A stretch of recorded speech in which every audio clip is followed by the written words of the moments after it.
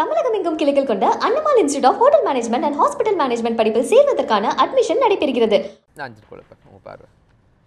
என்ன சந்திப்பு, நயினார் அண்ணாமலை கூடிய வியூகம் என்ன, ஓபிஎஸ் என்ன சொல்றாரு? நாங்கள் எதுவுமே பேசலையே சார். நாங்கள் தான் வெளியில் வந்துட்டோமே. இன்னைக்கு எங்களை மதிக்கலையோ, அமித்ஷா மதிக்காமல் எங்களை ஒரு எடப்பாடி பழனிசாமியை இந்த தாஜி ஹோட்டலில் ஐடிசி ஹோட்டலில் வர வச்சு இவர் தான் என்டிஏக்கு தலைவர்னு அறிமுகப்படுத்தினாரோ அது பூரா நாங்கள் எங்கள் வழியை பார்த்துட்டு வெளியில் வந்துட்டோம். இப்போ நீங்கள் இந்த விவாதத்துக்கு கூப்பிட்ட கூட நயினார் போனார், அண்ணாமலை போனார். எங்களுக்கு இதை பற்றி சம்மந்தம் இல்லை. உண்மையை சொல்ல போனால் எங்களுக்கு இதை பற்றி சம்மந்தம் இல்லை. ஆனால் நீங்கள் ஒரே ஒரு கருத்து, அண்ணன் டிடிவி தினகரன் அவருடைய ஆள் யாரையாவது ஒருத்தரை உட்கார வச்சு நீங்கள் பேசுனீங்கன்னா தான் இது கரெக்டாக இருந்திருக்கும். நீங்கள் அவங்கள கூப்பிடலை. அதை நீங்கள் கூப்பிடுங்க. கூப்பிட்டா தானே அந்தோட கருத்துக்கள் தெரிஞ்சிருக்கும்.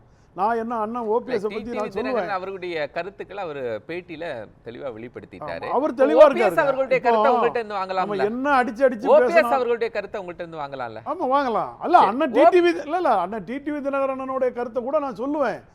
இருந்தாலும் சபையில அவங்களே உட்கார வச்சு பேசினாதான். இல்ல அவர் என்ன பேசுறாங்க வெளிப்படுத்திட்டாரு. அவர் என்ன சொன்னாருங்க நான் சொல்லிடுறேன். இப்போ ஓபிஎஸ் உடைய நிலைப்பாடு என்ன இதுல? இல்ல எங்களுடைய நிலைப்பாடு கட்சி கபலீகரம் பண்ணப்பட்டு சார்.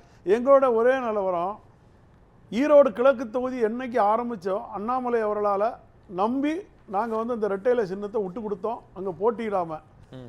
அதில் இருந்தே எங்களை கடைசியில் அண்ணனை கொண்டு ஒரு பலாப்பழத்தை தூக்கிட்டு இப்போ ராமநாதபுரத்தில் நிற்க விட்டது மாதிரி மீண்டும் 2026 ஒரு 4 சீட்டு தாரேன் 5 சீட்டு தாரேன் நீங்கள் பலாப்பழத்தை எடுத்து நில்லுங்கன்னு சொல்கிற ஒரு கதைக்கு வந்துடக்கூடாதுங்கிறனால நாங்கள் தன்மானத்தோடு வெளியேறிட்டோம். சரி, அப்போ ஓபிஎஸ் நிரந்தர நண்பன் நிரந்தர பகைவன் சொல்றது எப்படி அவர் சார்? அதான் அவர் ஒரு பெரிய மனுஷன். அவர் நிறைவுடன் தழும்பாதவர். அவர் எல்லாத்துக்குமே எடுத்தவங்க ஒத்தனை அடிக்காத மனிதர், மாமனிதர். முடிஞ்சிருங்க. அவர்கிட்ட நீங்க செய்தியாளர்கள் கேட்ட கேள்விக்கு நிரந்தர நண்பரும் இல்லை பகைவனும் இல்லை அரசியல்னு சொல்லி அவர் ஒரு மேற்கோளிட்டு காட்டிட்டு போயிட்டாரு. உடனே அவர் சொல்லிட்டாரு. சாதாரணமா எடுக்க முடியாது ஒரு முன்னாள் முதலமைச்சர். ஆமா சார், நீங்க கேட்கிற செய்தியாளர்கள் கேட்கிற கேள்விகள் ஒவ்வொருத்தரும் 10 பேர் 10 விதமா கேள்வி கேட்பீங்க. அதுக்கு அவர் சொல்ற பதில் அரசியல்ல நிரந்தர நண்பரும் கிடையாது. இப்பவும் நாங்க சொல்றோம் சார், முக்கியமான இடத்துல டிடிவி என்ன சொல்றாருன்னா நான் சேரல, இபிஎஸ் ஏற்றுக்கொள்ளல அப்படிங்கன்னு தெளிவுபடுத்துறாரு. அந்த கருத்துல அண்ணன் என்ன சொல்லிட்டு போனாரு? டிடிவி சார் சொல்லியிருக்க கருத்தை நமக்கு கலந்து ஆராயணும், நல்ல அருமையான கருத்தை சொல்லியிருக்காருன்னு சொல்லி பெரியார் சொல்லிட்டு போனாரா? சொல்லுங்க, நீங்க ஓபிஎஸ் சொன்னதை எப்படி பாஜக கூட்டணிக்குள்ள போறது மாதிரி? நாங்க பாஜக கூட்டணிக்கு எடப்பாடி பழனிசாமி தான் என்டிஏக்கு தலைவர்னா நாங்க எப்படி சார் அங்க போய் உட்கார முடியும்? அது நீங்க கேள்வி கேட்கறதே அதான ஒரு தவறான சூழ்நிலை தானே. நீங்க எப்படி சார் நீங்க ஒரு பொதுக்குழுவை கூட்டி விதியை மாத்தி எடப்பாடி பழனிசாமி தான் என்டிஏ தமிழ்நாடு தலைவர் அப்படின்னு தெரியாம தான் என்டிஏ கூட்டணியில திரு ஓபிஎஸ் அவர்கள் இருந்தார்.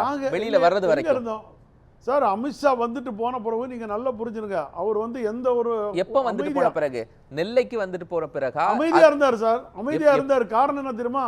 அப்படியுமே நீங்க நல்லா புரிஞ்சுருங்க. உட்லண்ட்ஸ் ஹோட்டல்ல வச்சு அமித்ஷா கண்டனம் தெரிவிச்சார். அவர் செஞ்ச தப்பு வருத்தம் அளிக்கிறதுன்னு முதல்ல கொடுத்தார். அதிமுக கூட கூட்டணி அமையுது. அந்த கூட்டணி அமைந்த பிறகு இபிஎஸ் நாங்க வெளியே செல்லுகிறோம் சொல்றதுக்கான கால இடைவெளி எவ்வளவு இருந்துச்சு? காலம் எங்களுக்கு 1 மாதமோ 2 மாதமோ அவர் அவ்வளவுதான் எடுத்துக்கிட்டாரு. ஏன்னா உண்மையை சொல்ல போனீங்கன்னா முதல்ல அமித்ஷா கண்டனம் தெரிவிச்சார். யார் தெரிவிச்சா? அவர் செய்த தவறுன்னு சொன்னார் அண்ணன் ஓபிஎஸ் அவர். நீங்க நல்லா புரிஞ்சுருங்க. உட்லண்ட்ஸ் ஹோட்டல்ல இதுக்குன்னு ஒரு மீட்டிங்கை போட்டு அவர் அமித்ஷா செஞ்சது கண்டனம் தெரிவித்தார், ஒரு வருத்தத்தை தெரிவித்தார். நல்லா புரிஞ்சுருங்க.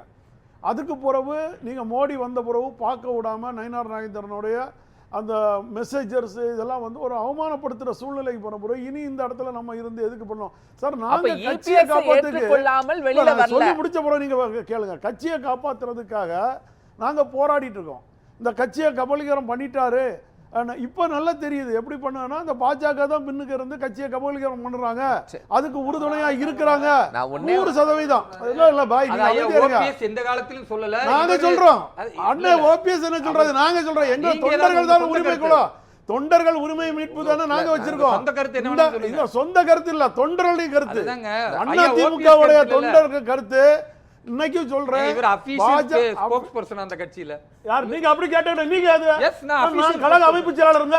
ஏங்க கட்சியில நான் கழக அமைப்பு செயலாளர். நீங்க அப்படி பேச கூடாது. உங்களுக்கு என்ன, உங்களுக்கு யார் இந்த உரிமை கொடுத்திருக்காங்க? எங்க அண்ணன் ஓபிஎஸ் அண்ணனை பத்தி பேசுறீங்க? அவர் சொல்லாத கருத்து அவர் சொல்றாரு. அவர் சொல்ற கருத்தை நானே சொல்லிட்டு போறேன். அது நீங்க கருத்து சொல்லுங்க. அவர் சொல்ற நீங்க அப்படி பேச கூடாது பாய். உங்களுக்கு நல்லா புரிஞ்சிருங்க. எங்களுக்கு கட்சியை எங்க கட்சியை கபலீகரம் பண்ணது பாஜக.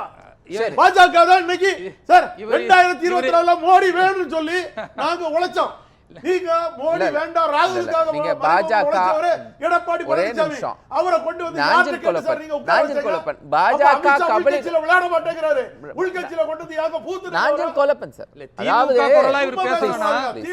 திமுக குரலா அவர் பேச வேணாம். அவர் ஐயா ஓபிஎஸ் குரலா பேசுங்க. நான் என்ன கேக்குறேன்னா, திமுக குரலா பேசாதீங்க. நாஞ்சில் கொலப்பன் சார், பாஜக ஓபிஎஸ் அவர்கள் அதிமுகவை அழிக்குது. ஓபிஎஸ் அவர்கள் சொல்லாத ஒரு விஷயத்தை நீங்க சொல்லாதீங்க. ரத்தத்தை எடுத்து பார்த்தால் அண்ணா திமுகவோட ரத்தமா தான் சரி. இருக்கும். எங்கேயும் பாதை மாறி இருக்க மாட்டோம். அதிமுக 10 கட்சி மாறி இருக்க மாட்டோம். ஒரே அண்ணா திமுக புரட்சி தலைவர் காலத்துல சரி. இப்படிதான் இருப்போம். அதிமுகவை பாஜக கபலீகரம் செய்துன்னு எப்போ தெரியும் ஓபிஎஸ்க்கு? சார் அமித்ஷா கொண்டு வந்து என்னைக்கு என்டிஏ தலைவர்னு உட்கார வச்சாரோ அன்னைக்கே நாங்க போனோம். அன்னைக்கு தான் தெரியும். அன்னைக்கு தான் தெரியும். ஏன்னா 4 கார் மாறி அமித்ஷாவை பார்க்க போனார் பாத்தீங்களா, கட்டணம் பார்க்க போறோம் அண்ணா திமுகல கட்டணம் பார்க்க போறேன்னு போய்கிட்டு 4 கார் மாறி போய் அமித்ஷா வீட்டுல உட்கார்ந்தாரு. சார், அடுத்தால அமித்ஷா நீங்க ஒரு நிமிஷம் நான் பார்க்கதானே பேசும்போது போறீங்க. குறுக்கிடாரு, தவறா போயிரும். ஐயா, அப்புறம் நான் அவரு ஓபிஎஸ் பேச சொல்ல அவர்கள் மாட்டேன். ஐயா, தவறு பேசுங்க, பேசுங்க. நீங்க பேசுற வரைக்கும் அமைதியா இருங்க. பேசுங்க. அடுத்தது என்ன பண்றாரு, ஐடிசி ஹோட்டல்ல 5 தடவை பேனர் பாருது. ஒரு அண்ணாமலையை அடுத்த நாளைக்கு தான் தலைவரா நியமிக்கணும், அன்னைக்கே நியமிக்கிறாங்க. நயினார் நாகேந்திரன் வாழ்த்து.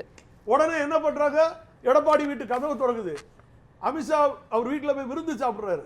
நல்லா புரிஞ்சிருங்க சார், எங்களுக்கு ரத்தம் கொதிக்கும். உங்களை நம்பிதானே 2024 மோடி வேணும்னு சொல்லி நாங்க வேலை பார்த்தோம்.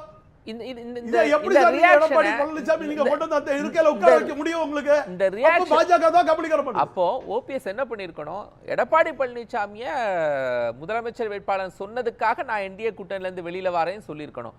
நயினார் நாகேந்திரன் நாங்க கான்டாக்ட் பண்ணோம், சார், அவரு நான் முதல்ல சொல்லிட்டேன், எங்கிட்ட அவர் பேச அவர் அனுமதிக்கல. பெருந்தன்மையோட நடக்குறாரு. சில அப்ப நீங்க நயினார் நாகேந்திரன் குற்றம் சுமத்துறீங்க. நீங்க பெருந்தன்மை இன்னைக்கு கூட நீங்க விமான நிலையத்தில் அவர்கிட்ட கருத்து கேட்டாங்க. பாஜக அழைத்தால் இந்த நேரத்துல நான் அந்த கருத்து சொல்ல விருப்பப்படல. தவிர்த்துட்டு போனாரா போலியா சார்? எடுத்த நீங்க கருத்தெல்லாம் உங்களுடைய சொல்ல மாட்டாரு. கருத்தை இபிஎஸ் ஏற்றுக்கொள்ளவில்லை அப்படின்னா அதை நீங்க தெளிவுபடுத்தவே இல்லை. இன்னைக்கு இப்ப வர ஓபிஎஸ் சார், எடப்பாடி நயினார் நாகேந்திரன் பழனிசாமி எங்களுக்கு எப்படி சார் அனுமதியை முதல்வர் பெற்று சொல்லுவாரு? தரவில்லை அப்படின்னு அந்த விஷயத்தை தான் ஓபிஎஸ் திரும்ப திரும்ப சொல்லிட்டு சார், இருக்காரு. அவரு கட்சி ஒருங்கிணைப்பாளர். கட்சி 2026 சரி, வரை அப்ப இபிஎஸ் முதலமைச்சரா ஏற்றுக்கொண்டாரா?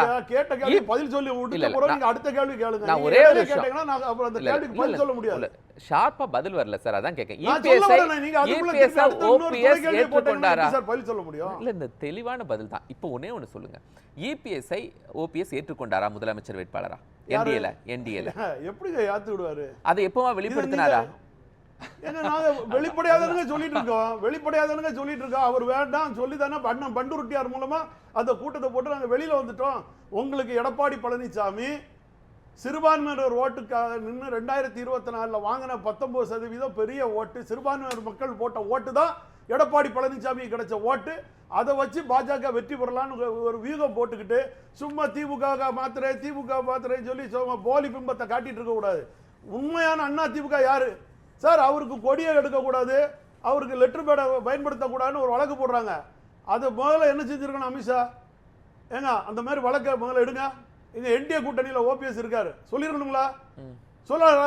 சொன்ன பிறகு நீங்க கொண்டு வந்து எடப்பாடி பழனிசாமி என்டிஏக்கு கூட்டணி தலைவர் ஆக்கியிருக்கணும். 2வது 10 பேர் முன்மொழியணும். புரட்சி தலைவர் வகுத்த விதி இந்திய சரித்திரத்தில் உள்ளது.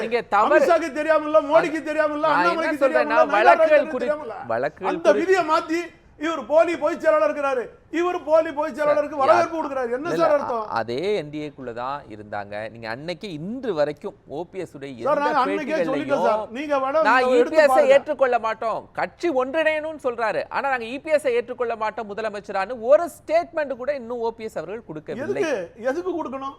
நீங்க எதுக்கு பாஜகவே புரிஞ்சுக்கணும்னு நினைக்கிறீங்களா? எதுக்கு கொடுக்கணும்? நாங்க தான் வேண்டாம்னு வெளியில வந்துட்டோம். எங்களோட வியூகம் எங்களோட 4 மாசம் 3 மாசம் கழிச்சு என்ன இருக்கோ நாங்க அந்த வியூகத்தின் அடிப்படையில போயிருவோம். நீங்க இன்னைக்கு நம்புற எடப்பாடி பழனிசாமி டிசம்பர் வரைக்கும் உங்க கூட இருக்காரான்னு பாருங்க.